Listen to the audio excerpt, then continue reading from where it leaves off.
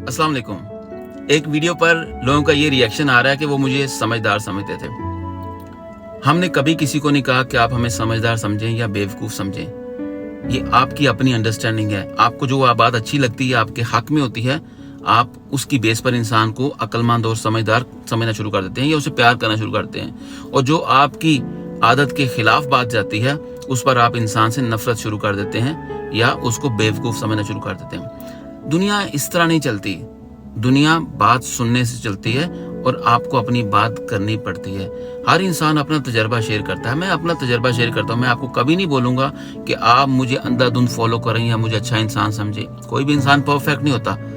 मैं ना तो किसी किताब से कोई चीज़ शेयर करता हूँ, ना किसी हिस्ट्री से। अपनी ज़िंदगी में जो हो रहा होता है, जो हम करते हैं, जो देखते हैं, वो आपसे शेयर करते हैं ताकि आप भी उससे मुस्तफ़ीद हो सकें। तो ये आपने फैसला करना है कि आप हमें क्या समझते हैं। आप हमें अच्छा समझें या बुरा समझें, वो आपका अपना किरदार है। उससे इंसान को कोई फ़र्क नहीं पड़ता, क्योंकि इंसान अपनी चीज़ का खुद जवाबदेह है और इज़्ज़त और ज़िल्लत देने वाली अल्लाह के साथ है। प्लीज़ इस चीज़ का ख्याल रखा करें।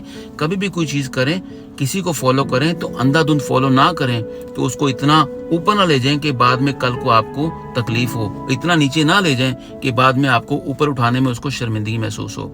तो बात करने का मकसद सिर्फ यह है कि खुद सोचा करें कि किसी के एक मैसेज से आप किसको कहाँ ले जाते हैं और किसी को कहाँ गिरा देते हैं। ऐसा ना किया करें। इससे आपकी अपनी शख्सियत के बारे में पता चलता है। अपना ख्याल रखिएगा। अस्सलाम वालेकुम।